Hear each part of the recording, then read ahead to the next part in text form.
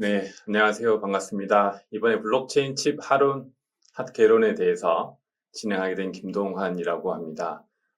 이번 주제는 기획자들과 그 개발자들 중에서 블록체인 분야로 그 취업을 원하는 분들을 위해서 준비를 했고요. 블록체인에 대해서 중요한 부분들에 대해서 아주 쉽게 좀 요약을 하고 취업에 관련된 것들을 좀 나누기로 하려고 합니다. 자, 일단 저를 처음 보셨을 테니까 제 소개를 좀 먼저 해야겠죠. 제가 하고 있는 일은 주로 이 블록체인 관련해서 기술 강의를 주로 합니다. 일반인들 포함해서 전문가들까지 다 강의를 주로 하고 있고요. 그리고 뭐 최근에는 뭐 검찰청에도 블록체인 강의를 진행하더라고요. 거기부터 뭐 우리은행, 국민은행 포함해서 한양대학교 등 이제 대학교에서 주로 강의를 진행했고 현재도 계속 주로 블록체인 기술 관련 강의를 하고 있습니다. 그리고 뭐 번외로 한국경제신문에서 칼럼도 쓰고 있고 작은 유튜브 채널도 데니월드라고 운영하고 있으니까 혹시 놀러 오시면 좋을 것 같아요. 자, 제 소개는 이 정도로 마치고 오늘의 이제 주제는 이 블록체인에 대한 어떤 핵심 기술, 취업하기 전에 우리가 반드시 알아야 될 것들이 있겠죠. 이러한 것들에 대해서 좀 살펴보고 그리고 우리가 평상시 쉽게 볼 수 있는 서비스들, 이게 블록체인인가 관련도 좀 알아보고, 그리고 우리가 이제 업계에 이제 들어가기 위해서 무엇을 준비해야 되는지, 그리고 마지막으로 Q&A 순으로 순서를 마치도록 하겠습니다. 이제 핵심 블록체인 기술, 이 블록체인이 사실 우리가 쉽게 많이 들었지만 들어도 좀 어렵고 또 알듯 말듯한 그런 기술이에요. 그거를 짧은 시간에 모든 것을 다 할 수는 없지만 그래도 핵심적인 것만 제가 좀 요약을 했습니다.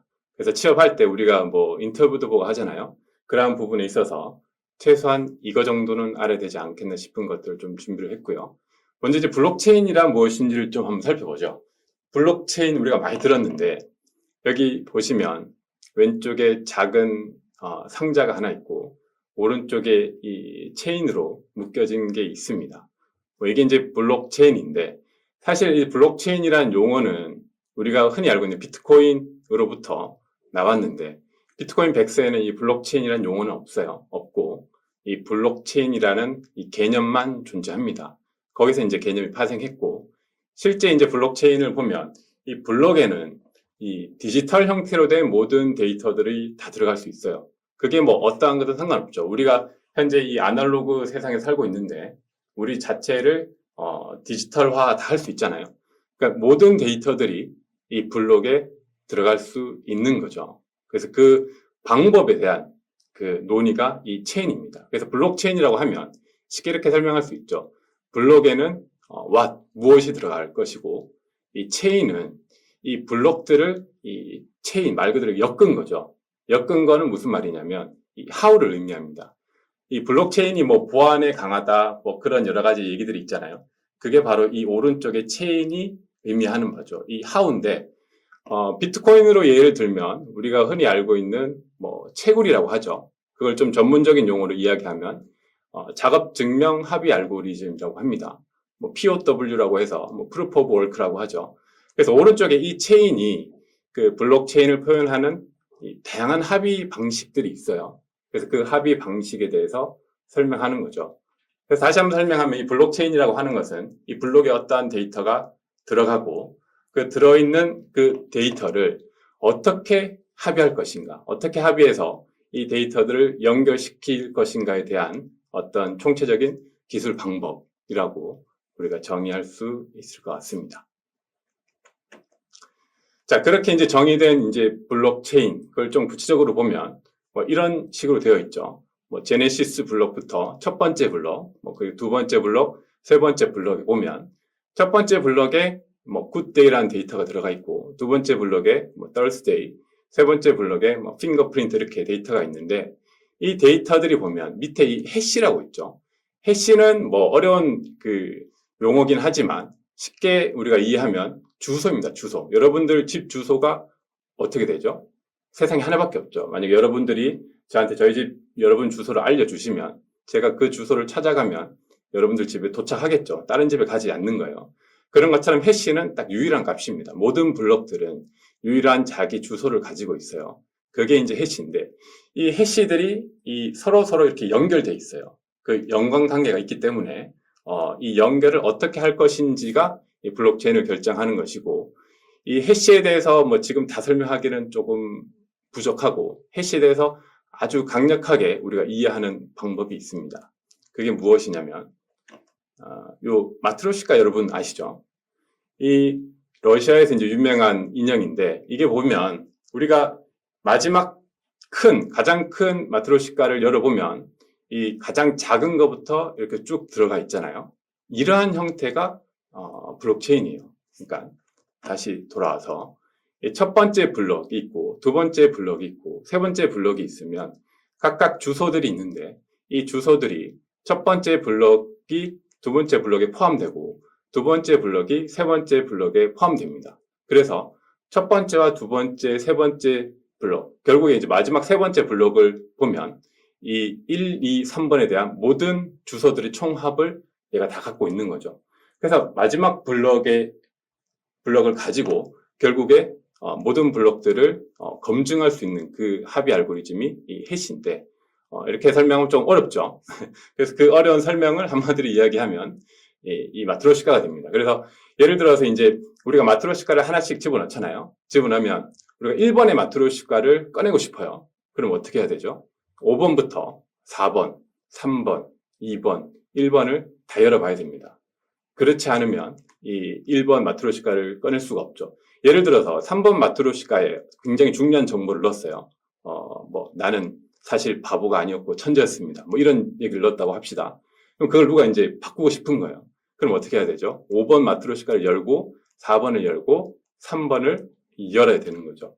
그렇게 해서 결국에 이 1번에 있는 마트로시카 안에 있는 어떤 정보를 내가 변경하고 싶으면, 바꾸고 싶으면 결국에 1번만 열 수 있는 건 아니고 5번부터 4번, 3번, 2번을 다 열어야지만 열 수 있는, 그게 이제 해시에 대해서 굉장히 이해하기 쉽게 설명한 저 나름대로의 방법입니다. 그래서 이 블록체인이 잘 이해가 안 되면 마트로시카를 기억하시면, 마트로시카가 100개를 만들면 결국에 100번째 마트로시카에서 1번을 바꾸기 위해서는 다 열어봐야 되잖아요. 그런 것처럼 블록체인이 100개가 쌓여 있으면 그 1번 데이터를 바꾸기 위해서는 100번부터 다 바꿔야 된다는 거죠. 그래서 그러한 연결 방식으로 되어 있는 게 블록체인입니다.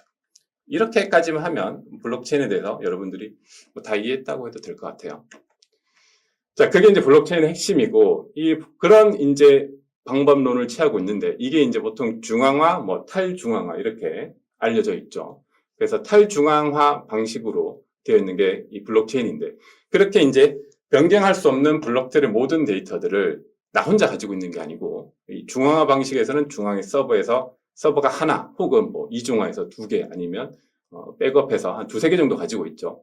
그 정도 가지고 있는 범위에서 이 블록체인에서는 모든 이 내용들을 모든 사용자들이, 정확히 얘기하면 이걸 서버, 노드 운영자라고 하는데, 그들이 다 가지고 있습니다. 그래서 하나의 데이터가 변경되더라도 다른 데이터들이 계속 원본을 유지하고 있기 때문에 모든 데이터를 변경하기가 굉장히 이제 어려운 방식을 취하고 있죠.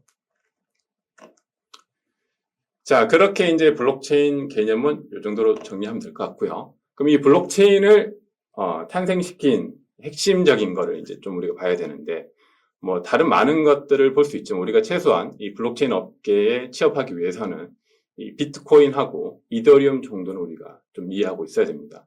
그래서 이 비트코인의 이 백서, 이 사토시 나카모토는 우리가 일반적으로 알고 있죠. 사토시 나카모토가 이 비트코인 백서를 출시하고 비트코인을 나오고 나서 좀 지나서 사라졌어요. 사토시 나카모토는 사라졌지만 그가 남긴 이 백서하고 이 메일들이 있죠. 그래서 처음에 이제 비트코인 백서를 출시했을 때 그 비트코인이 가지고 있던 핵심 가치가 이렇게 나옵니다. 그건 뭐냐면, 첫 번째는 이제 이중 지불 방지예요. 그리고 두 번째는 작업 증명 방식, 그리고 세 번째는 누구나 참여 가능하다라는 건데, 이 이중 지불 방식이 중요합니다. 그래서 비트코인을 한마디로 얘기하면 이 이중 지불 방지를 최초로 방지한 어떤 화폐 시스템이다, 이렇게 정의할 수 있어요. 이중 지불이 뭐냐면, 쉽게 설명해서 이 디지털 데이터의 특징을 보면 디지털 데이터는 이 원본과 사본이 똑같죠. 복제가 가능해요. 예를 들어서 제가 스타벅스 쿠폰이 하나 있어요. 이걸 여러분들에게 지금 채팅창에 만약에 올려놓으면 그거를 어떻게 되죠? 먼저 가져간 사람이 임자가 되겠죠. 그래서 제가 한 10명한테 이제 그렇게 하면 문제가 없는데 뭐 당근마켓 같은 데서 스타벅스 쿠폰을 하나 가지고 여러 명에게 팔았어요. 그럴 수도 있겠죠. 그러면 이제 한 명만 사게 되고 나머지는 못하죠. 이게 좀 쉽게 생각해서 이중지불입니다. 그래서 디지털 데이터는 하나만 가지고 여러 개 복제가 가능하죠. 근데 이게 이제 화폐로 만들려다 보니까 굉장히 어려워지죠. 이런 이중지불이 생기면 안 되는 거예요. 그래서 이중지불을 막기 위해서 이 탈중화된 환경에서 이 작업 증명 방식이란 독특한 합의 알고리즘을 만들어냈고 결국 그것이 이제 성공적으로 운영되게 한 게 이제 비트코인이죠. 그래서 비트코인의 백서의 제목을 보면 이런 제목이 나옵니다. 이 P2P 방식의 전자화폐 시스템이라고 되어 있어요. 그래서 뭐 개인 대 개인이 서로 화폐를 만들어서 주고받을 수 있는 최초의 시스템이다라고 우리가 정의할 수 있겠죠. 그리고 나서 이제 이 비트코인을 기반으로 해서 뭐 최근에 핫한 뭐 웹3라는 용어까지 탄생시킨 게 이더리움인데 이더리움이 이제 비탈릭 부테린 천재죠. 아직 젊어요. 아마 여러분들하고 나이가 비슷할 겁니다. 20대 후반 29살이니까 현재 굉장히 젊은 천재로 성공한 대단한 사람이죠. 이 비탈릭 부테린이 만든 이더리움에서 핵심은 이렇게 돼요. 이 스마트 컨트랙트라는 기능, 그리고 탈중화된 어플리케이션 플랫폼, 그리고 뭐 ICO, 뭐 디파이, NFT, 웹3 이런 것들을 많이 만들어냈는데 이 스마트 컨트랙트는 제가 이따가 한번 좀 살펴보겠습니다. 간단히 얘기해서 이 인터넷 상에서 이 코드로 인해서 자동적으로 화폐를 교환할 수 있는 시스템도 만들 수 있고 다양한 계약을 자동으로 실행될 수 있는 그 모든 것들을 포함하는 게 이 스마트 컨트랙트인데 이게 항상 그 탈중화된 환경에서 자동으로 운영된다는 굉장히 독특한 특징이 있습니다.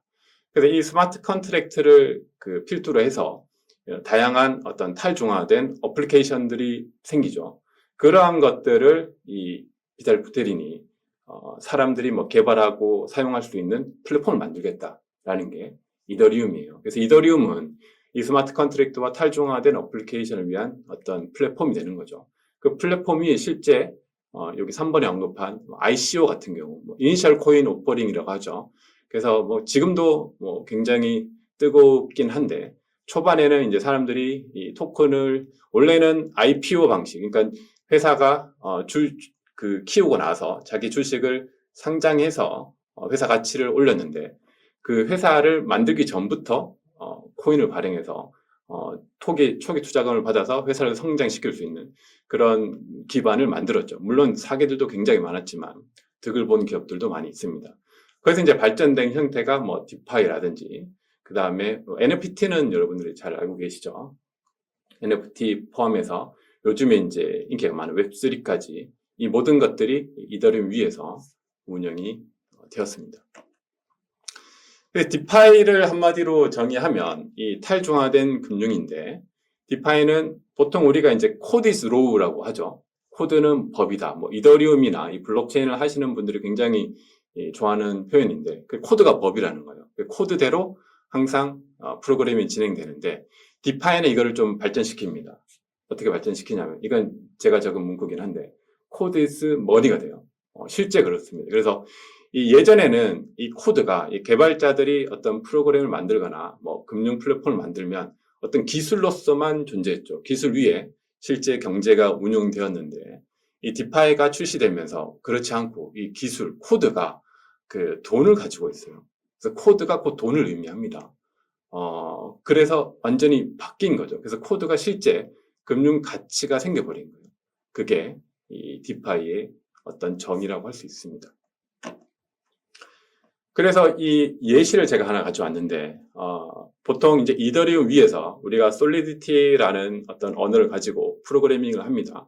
그래서 여기 제가 간단하게 프로그래밍을 했고 이건 예금 스마트 컨트랙트예요. 그래서 뭐 한 14줄밖에 안 되죠. 이 14줄의 기능은 예금의 잔고, 그리고 예금을 하는 기능, 그리고 출금하는 기능 이렇게 이제 코드가 짰어요. 그래서 이런 코드를 짜서 이더리움에 배포해서 실제 그 스마트 컨트랙트를 배포하게 되면 이것들이 이더리움 상에서 자금을 받을 수가 있습니다. 거기 이제 내역이 있죠. 제가 1 이더리움을 현재 한 250만 원 정도 하나요. 그 정도 하는 1 이더리움을 저기 보내면 이 코드가 실제 한 250만 원 정도 가치가 하는 그 돈을 가지고 있는 거예요.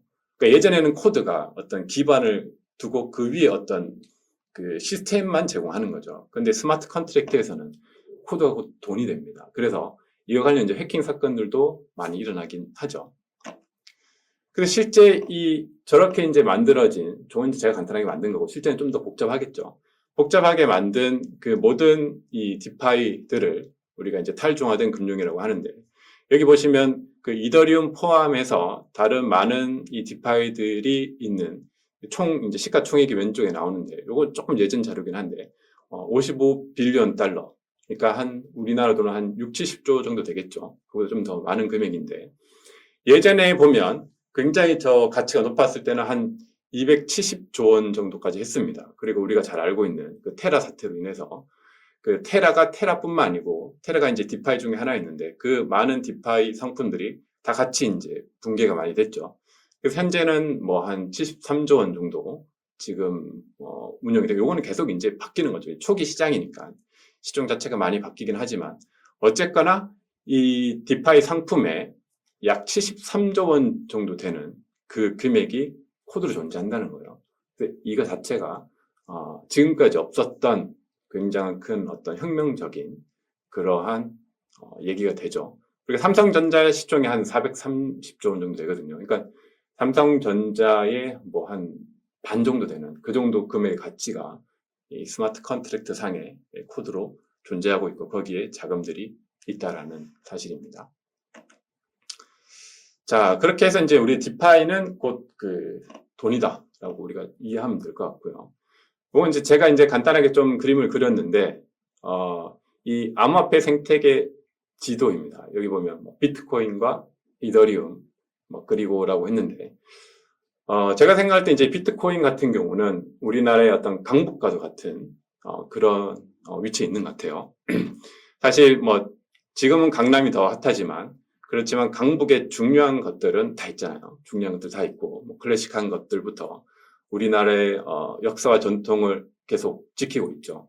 그래서 비트코인은 이러한 위치를 가져갈 것 같아요. 그래서 비트코인과 비트코인 계열의 많은 그 POW 계열의 채굴 시스템들을 여기 강북 쪽에 제가 포진을 시켰고 이 밑에 이제 강남에 이더리움을 포함해서 이더리움에서 파생한 여러 가지 이제 디파이 상품들부터 웹3의 DApp들이 많이 있습니다. 이러한 것들을 좀 이제 강남은 굉장히 핫하고 그리고 돈이 많잖아요. 그리고 초창기 이 서울이 발전하기 전에 그때 이제 강남을 떠올리면 될 것 같아요. 농가 밭이 많을 때.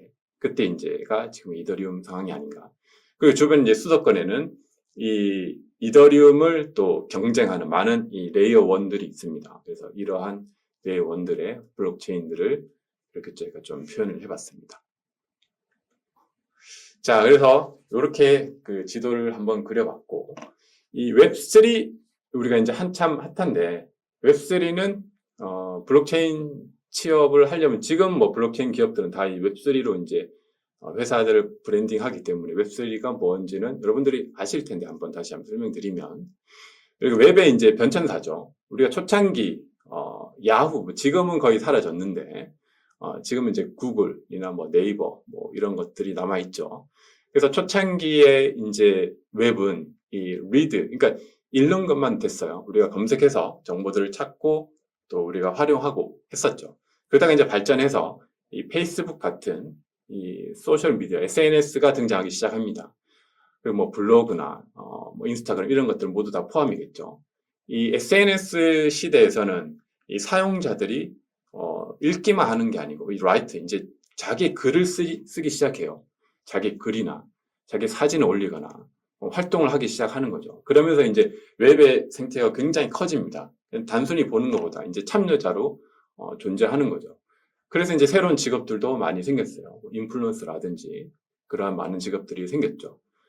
그런데 이제 이 웹3가 되면서 비트코인을 시작으로 해서 뭐 이더리움 진영에서의 또 다양한 뭐 디앱들 이런 것들을 주로 이제 웹3라고 하는데 웹3의 핵심 가치는 이 소유권입니다. 소유권. 이 소유권이 의미하는 바는 자, 기존의 1세대, 2세대에서는 내가 자료를 읽고 씁니다. 그러면 쓰는 거에 대해서 혜택을 서로 받긴 하죠.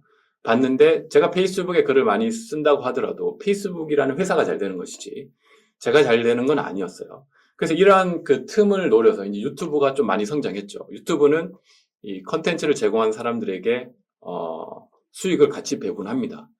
근데 수익을 배분하는 것까지는 좋은데 그 컨텐츠에 대한 결국의 최종 권한은 유튜브가 가지고 있어요. 그죠? 그러한 그게 웹2하고 웹3의 약간 중간 단계가 유튜브라고 우리가 보시면 될 것 같고 웹3는 어떻게 되냐면 그 내가 창작한 저작권 그리고 내가 만든 모든 것들이 그 소유권이 저한테 있습니다. 그래서 제가 컨트롤하고 제가 관리하고 이 내 컨텐츠에 대해서 누군가 사용하게 될 때 거기에 대한 비용이나 모든 것들을 제가 결정하는 거예요. 제가 뭐 수익도 정하고 하는 개념이 이 웹3입니다. 그래서 웹3의 개념을 탄생시킨 게 결국 비트코인이었고 그걸 발전시킨 게 이더리움이고 아직 여전히 초창기이긴 하지만 이러한 어떤 기술적인 기반을 지금은 다 마련했고 거기에 이제 좀 더 우리 사용자 친화적으로 만드는 과정이 필요한 단계에 있습니다. 자, 여기까지가 이제 우리가 이 취업에서 알아야 될 어떤 가장 핵심적인 블록체인의 알짜 기술들만 좀 정리를 했고요. 뭐 이거 말고도 이제 많은 것들을 알아야겠죠. 그래서 여러분들 좀 더 알고 싶으면 최소한 비트코인 100서와 이더리움 100서 정도를 한 번 더 보면 어떨까 싶습니다. 그럼 우리 이제 좀 더 현실로 다가와서 우리가 이제 취업을 해야 되는데 우리 주변에 이 블록체인 서비스를 활용하고 있는 게 어떤 게 있을까 이런 것들을 좀 볼 필요가 있겠죠. 현재는 딱히 우리가 잘 알고 있는 기업들이 하고 있는 서비스는 많이 없어요. 블록체인의 기업들은 다 스타트업 규모에 작기 때문에 그런 기업들이 하는 서비스는 많지만 우리가 알고 있는 대기업에서 하고 있는 서비스는 없지만 이제 곧 나올 겁니다. 그래서 무엇이 나올지를 제가 좀 가져왔습니다. 뭐가 나온지를 알려면 지금 이 대기업들에서 어떤 사람을 뽑는지를 보면 알겠죠. 네이버 같은 경우는 이 블록체인 사업 기획해서 보니까 뭐 여러 가지 중요한 것들도 있는데 이 블록체인 게임에 대한 개념하고 관련 기술에 대한 이해가 있으신 분을 뽑고 있어요. 그러니까 여러분들이 네이버에 취업하는 뭐 다양한 방법들이 있겠지만 그 중에 조금 이 기술이 알기 어려운 블록체인 쪽을 더 많이 알고 있다면 강점을 작용할 수 있겠죠. 현대 같은 경우도 재작년부터 이 메타버스에서 굉장히 메타버스 쪽으로 여러 가지 기술들을 하고 있습니다. 그 중에 블록체인 기술도 활용하고 있고 가장 대표적으로는 뭐 메타콩스 같은 이 NFT 서비스 이런 것들을 좀 많이 활용하고 있죠. 그래서 이 현대 홈페이지에서 이런 것들을 우리가 볼 수 있고 현재 이런 것들은 NFT 서비스는 현대에서 이제 많이 하고 있는 것들이고요. 전시회도 하고 있고. 그럼 이제 이 현대 계열, 현대 카드를 보면 현대 카드에서도 블록체인 사업의 어떤 NFT 기획 파트를 이렇게 뽑고 있습니다. 그래서 블록체인의 NFT 그리고 경력이 있으신 분, 2년 이상 있으신 분들 이런 분들을 뽑는 거죠. 그래서 현대 카드나 현대를 바로 들어가는 방법도 있지만 블록체인의 작은 스타트업에서 한 2년 정도 근무하시다가 그 경력을 가지고 현대 카드 같은 이런 데 들어가면 훨씬 쉽겠죠. 그런 방법도 있습니다. 또 뭐 넥슨 같은 실제 게임 회사죠. 넥슨 같은 경우도 지금 이 서비스가 오픈되지는 않았어요. 서비스를 만들고 있는 거죠. 그래서 이 NFT 게임이나 블록체인에 대한 이해가 높은 사람을 우대사항으로 하고 있습니다. 그래서 이런 사항을 우리가 이해하고 지원할 수 있겠죠. 컴투스도 이제 대표적인 이 게임 회사인데 이 메타버스나 블록체인 경력직을 채용해요. 그래서 블록체인에 있었던 작은 기업에서의 경력을 살려서 이렇게 큰 게임 업계로 진출할 수 있겠죠. 컴투스 같은 경우는 블록체인의 어떤 메인넷 서비스 인프라부터 전체를 이제 만들려고 하는 계획을 가지고 있습니다. 자, 뭐 요 정도 우리가 살펴봤고 업계 커리어 시작을 위한 어떤 우리가 평소에 좀 할 수 있는 것들.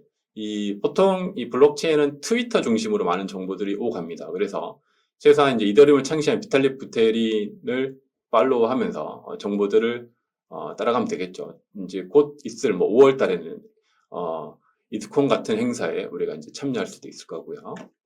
그리고 이 블록체인 해커톤 같은데 이제 우리가 참여할 수도 있겠죠. 보통 이제 하나에서 주로 많이 하는데 이런데 참여해서 수상을 하면 블록체인 기업으로 취업하는 데 좀 더 유리할 걸로 생각이 됩니다.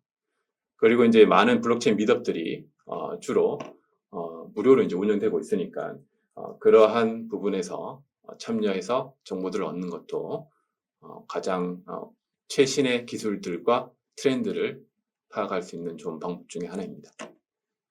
그리고 또 하나는 이제 실제 사용해 보는 거예요.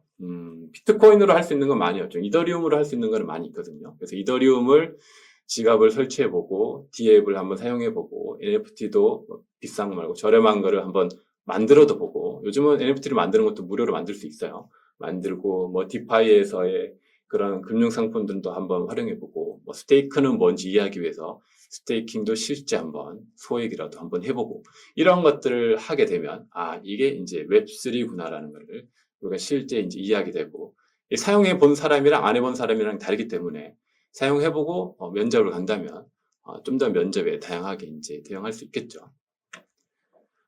그래서 여기까지가 이제 블록체인의 어떤 중요한 개념들하고 내용들을 살펴봤고 그래서 요거 3가지 정도 우리가 기억하면 될 것 같습니다.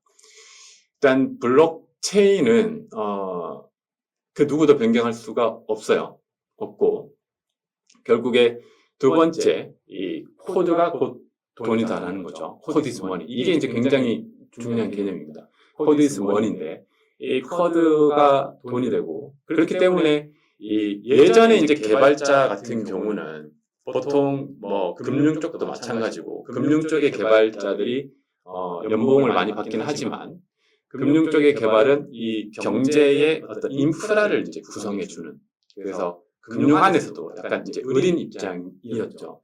근데 이제 코드가 곧 머니가 되다 보니까 그리고 코드가 곧 경제가 되다 보니까 이 개발자들의 지위가 굉장히 올라갔습니다. 기획자도 마찬가지죠. 그래서 그거를 컨트롤하고 운영하는 주체가 이 코드를 이해해야 되기 때문에 예전과는 많이 바뀌었다. 그래서 여러분들이 만약에 개발자 경력이 있다면 아니면 개발자로 취업하고 싶다면 이 블록체인 업계가 훨씬 더 매력적일 수 있을 것 같아요. 그리고 마지막으로는 이제 웹 3.0 다른 건 기억 못해도 웹 3.0의 핵심은 자기 소유권이다. 내가 내 주권을 컨트롤하고 움직일 수 있다라는 거죠. 그래서 사실 이 기술의 발전은 기술 자체도 중요하지만 어떤 시대의 철학적인 흐름도 굉장히 중요하거든요.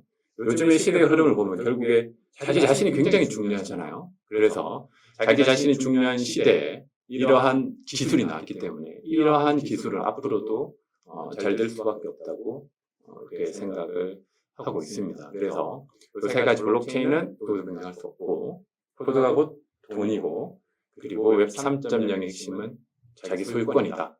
그래서 블록체인에서 만약에 여러분들이 그 면접을 보거나 어떠한 그런 걸 했을 때 마지막으로 뭐 하고 싶은 말이 이런 것들이 있을 수 있잖아요. 그럼 이 3가지를 여러분들이 그 자기의 상황에 맞게 잘 설명하면 좋은 점수를 딸 수 있지 않을까 이런 생각이 듭니다.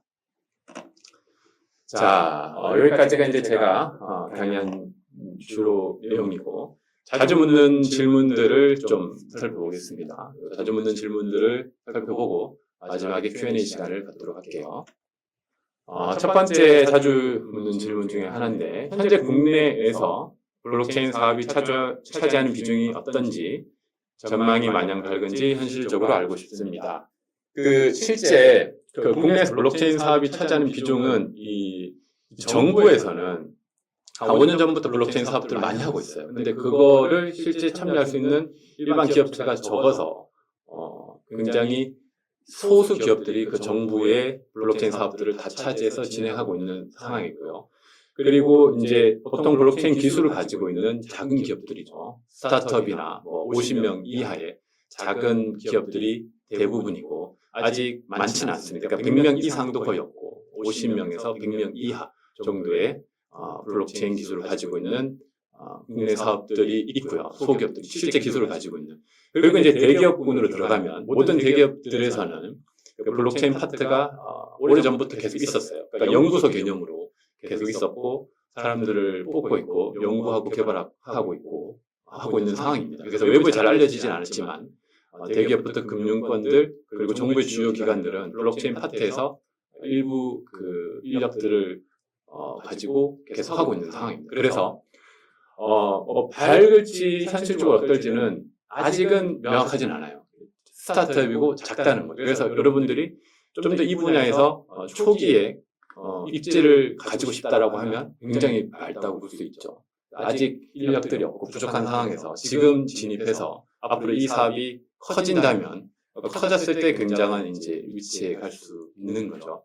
그렇지 않다면 여전히 규모는 작고 중소기업 위주로 그래서 대기업에서도 일부 파트에서 진행하고 있는 상황이 사실입니다. 자, 두 번째로 블록체인과 융합해서 성장할 가능성이 가장 큰 산업은 어떤 산업일까요? 그래서 블록체인과 융합해서 성장할 가능성이 큰 사업은 많이 있어요. 그래서 현재로서는 이제 정부 쪽에 있는 블록체인 기술을 활용한 다양한 산업들이 있고, 그러니까 정부와 연계해서 블록체인 기술을 제공해주는 그런 산업들이 되겠고, 큰 산업은 이제 금융입니다. 금융이 지금은 준비 중인데 나중에 이게 발전이 되면 금융 쪽에서 가장 잠재력이 크고 가장 크게 이제 혁신이 일어날 수 있는데 아직까지는 제도나 여러 가지 부분에서 많이 미비한 상황이긴 하지만 가능성으로 따지면 금융에서 가장 큰 혁신이 올 수 있죠. 기존의 금융에서 많은 부분을 이 블록체인으로 바뀔 수 있는 부분들이 많거든요. 자, 그 정도이고요. 이 세 번째 질문을 좀 보겠습니다. 업계에서 특별히 요구하는 역량과 태도를 한 가지씩만 선정해 주실 수 있을까요? 그래서 개발자하고 기획자 이렇게 두 파트인데 기획자의 경우는 먼저 기획자는 이 블록체인 쪽이 이 웹3부터 지갑도 설치해야 되고 조금 어렵습니다. 그러니까 기획자가 이제 기획의 핵심은 모든 사람들이 이 서비스를 쉽고 편하게 이제 만들 수 있도록 아이디어와 그 서비스 형태 그리고 웹이라면 웹의 UI 이런 것들을 이제 기획하는 거잖아요. 그런 기획자들에게는 이런 블록체인의 기술을 이렇게 뛰어넘을 수 있는, 좀 쉽게 만들 수 있는 그런 어떤 독창적인 아이디어, 창의력들이 기존 기획자에 비해서 좀 많이 필요해요. 그래서 항상 이 블록체인 서비스를 들어올 때 사람들이 첫 번째 허들에 걸리는 게 지갑을 설치해야 되는 것도 좀 어렵거든요. 그런 것들을 극복할 수 있는 굉장히 좋은 아이디어가 있다면 기획자로서의 좋은 태도를 갖추고 있겠죠.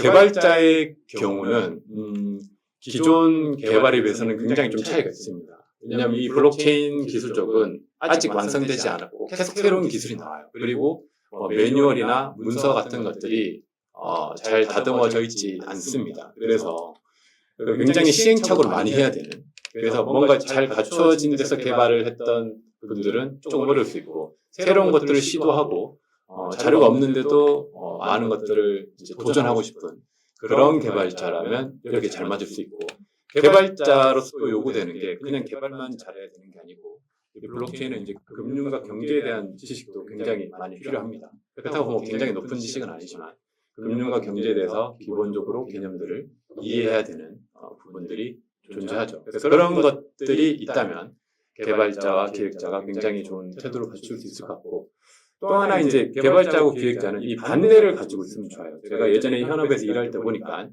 개발자는 개발만 잘하려고 하고 기획자는 기획만 잘하려고 하니까 두 파트가 매번 싸웁니다. 그러지 말고 개발자라면 이제 기획도 좀 할 줄 알아야 되고 기획자라면 개발은 못하더라도 그 코드를 좀 이해해야 되는 거죠. 코드를 한번 해보는 거죠. 그 정도 그 태도를 갖추고 있으면 제 생각에 기획자가 개발자로 성공할 수 있다고 생각합니다. 이건 블록체인 업계뿐만 아니고 모든 IT 업계에 해당되는 이야기인 것 같아요. 자, 네 번째 질문에서 노베이스인 상태에서 관련 지식 공부를 하는데 보통 시간이 얼마나 걸릴지 궁금합니다. 이건 이제 얼마나 이제 노베이스라고 하더라도 얼마나 그 베이스가 이제 좀 다르긴 하지만 짧게는 그래도 한 1년 정도면 블록체인 업계에서 공부하는데 충분한 시간을 가질 수 있지 않을까 생각이 듭니다. 그리고 이왕이면 이 블록체인에 자기가 이제 취업하려는 분야가 있으니까 아직 갖추고 있지 않더라도 일단 취업 원서라도 이제 쓰고 인터뷰를 해보는 거예요. 해보면 이제 본인이 면접을 하면서 부족한 부분들이 뭔지 알게 되거든요. 그 부분을 공부를 하다 보면 내가 이게 얼마나 공부를 해야 될지, 뭐가 부족한지를 본인이 가장 잘 알게 되는 거죠. 그래서 어떤 취업 분야, 어디로 하는지에 따라서 좀 다를 수 있지만 제 개인적인 생각은 한 1년이면 충분하지만 그 각자의 그 베이스인 상태가 다르기 때문에 그 시간을 좀 가늠해 보기 위해서는 일단 취업문을 두드려 봐라. 그래서 조건이 안 되더라도 해보고 취업을 하다 보면 그 면접까지는 갈 수도 있거든요. 면접에서 여러 가지 상황을 하다 보면 자신이 뭘 공부해야 되는지 알게 되죠. 모르겠으면 그 면접관한테 물어보면 되잖아요. 제가 이런데 제가 뭘 더 공부하면 되겠습니까? 이렇게 하면 친절하게 다 알려주시죠. 마지막으로 다섯 번째, 이 개발자에 대한 질문인데 주로 어떤 프로그래밍 언어를 사용하는지, 기존의 포지션, 백엔드 서버 개발 등에서 어떤 점이 가장 다른지 궁금합니다. 일단 그 기존의 포지션, 백엔드 서버 개발에서 다른 점은 기존의 백엔드 서버 개발 그걸 그대로 가지고 있으면서 추가되는 역량이 필요한데 추가되는 역량이 이 블록체인에 있는 기술하고 상호작용할 수 있는 그 기술을 또 하나 배워야 됩니다. 백엔드 같은 경우 이더리움에서는 백엔드 개발자라면 web3.js라는 그 라이브러리를 조금 공부해야 되고 블록체인이 어떻게 돌아가는지 기술들, 개념들을 이해할 필요가 있고 그리고 블록체인 개발자가 되려면 이더리움에서는 솔리디티라는 언어를 사용해요. 근데 이더리움뿐만 아니고 최근에는 이제 레이어 1들의 이더리움과 유사한 레이어 1들이 굉장히 많이 나왔고 그런 레이어 1들에서는 다양한 언어를 사용합니다. 고 언어부터 여러분들이 사용하고 있는 모든 언어들을 이제 블록체인 개발에 사용할 수 있는 시대가 되었어요. 그래서 프로그래밍 언어를 딱히 가리진 않지만 모든 게 가능하지만 현재는 솔리디티 같은 언어를 간단하게 한번 배워보면 다른 언어들을 이해하는 데 좀 더 도움이 될 수 있습니다. 자주 하는 질문 중에 마지막 질문입니다. 기획자의 질문인데 유저에게 친근한 블록체인 서비스를 기획하려면 어떤 점에 중점을 둬야 하나요? 아까 제가 얘기하다가 약간 언급한 것 같은데 이 블록체인이 좀 그 허들이 있어요. 그 지갑이라는 허들이 있고 그리고 이 자기 개인 키도 자기가 관리해야 되고 여러 가지 좀 어려운 점이 좀 존재합니다. 그래서 교육적으로 좀 해결해야 되는 부분이 존재하는데 이렇게 이제 교육적으로 해결해야 되는 부분을 기획으로 굉장히 독특한 기획이 있으면 이걸 해결할 수 있다고 생각이 들어요. 아직 지금까지는 그런 게 잘 나온 게 없어요. 다들 현재 블록체인 기술의 어떤 어려운 점을 극복한 기획자는 제가 보지는 못한 것 같고 그래서 여러분들이 굉장히 창의적이고 어떤 독특한 발상을 가지고 있으면서도 기술을 이해하면서 그 기술에 손상이 없는 범위에서의 어떤 기획을 하게 된다면 이 굉장히 핫한 블록체인 서비스를 만들 수 있을 것이라고 생각이 듭니다. 자, 여기까지가 이제 자주 묻는 질문들에 대해서 마쳤고요. 이제 실시간 좀 질문들을 받아서 좀 답변을 드리는 시간들을 갖도록 하겠습니다. 그렇죠? 또 다른 좀 질문이 있네요. 비개발 직군 생산업은 어떤 포트폴리오를 준비해야 될까요? PM 등. 개발직이 아니고 비개발직에서 PM이나 기획 같은 그 파트에서 준비하는 쪽에서 이제 포트폴리오를 준비하시는 분들은 최근에 해커톤들이 굉장히 많이 있어요. 이런 해커톤들에서 좀 팀을 꾸리는 게 좋겠죠. 그래서 개발팀이랑 같이 해서 개발자가 없으면 그런 그 해커톤을 가면 팀을 또 만들어 주기도 합니다. 2박 3일 이런 해커톤도 있고 그런데 참여하셔서 어떤 그 기획을 해서 거기서 성공하지 못하더라도 그 포트폴리오가 만들어지잖아요. 그 정도 포트폴리오도 있으면 좋겠죠. 더 좋은 거는 그 해커톤에서 최소한 우승은 아니더라도 입선 이 정도의 성과를 낸다면 그런 포트폴리오가 가장 좋을 것 같습니다. 그런 포트폴리오 위주로 그러니까 해커톤 위주로 준비하셔서 그런 해커톤의 여러 가지 입상 내역들 아니면 참여했던 자기가 만든 포트폴리오는 있잖아요. 그런 것들이 뭐 입상하지 못했더라도 그런 것들을 잘 정리해서 그 입사할 때 그 내역들을 같이 포괄시키면 굉장히 좋을 것 같아요. 자, 미님이 질문 주셨네요. 관련 역량을 증명할 수 있는 자격증이나 경력이 있을까요?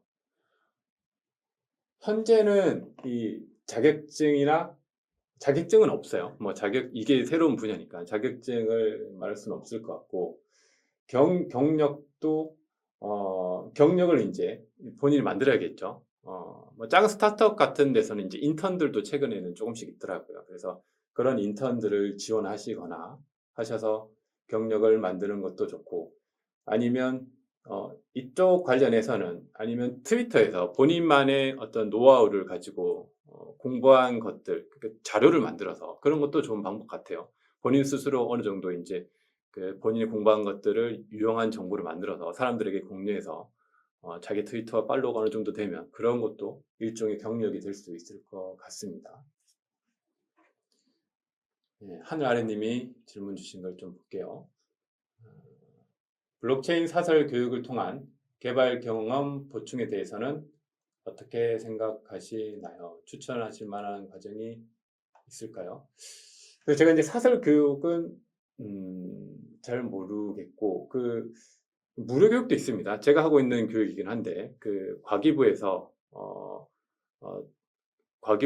진행하고 있는 블록체인 무료 교육도 있어요. 한 160시간 정도 되는 그런 것들도 한번 들어보셔도 나쁘지 않을 것 같아요. 뭐 퀄리티가 아주 좋다라고는 할 수는 없지만 조금 어려울 수는 있지만 그 전체 이 기술부터 개념들을 쭉 들을 수 있거든요. 각 지역마다 있습니다. 그래서 그런 것들을 아직 이 사업이 진행되고 있으니까 그런 것도 도움이 많이 될 것 같고 사설 쪽은 제가 알고 있는 게 많이 없어요. 주로 이제 사설을 한다면 이 학회, 뭐 서울대에서 하고 있는 학회라든지 뭐 학교에서 이제 학회 중에서 일반인 다른 학교에도 같이 오픈된 학회들의 활동이 있거든요. 그런 데서 하는 교육들은 좀 퀄리티가 있는 것 같아요.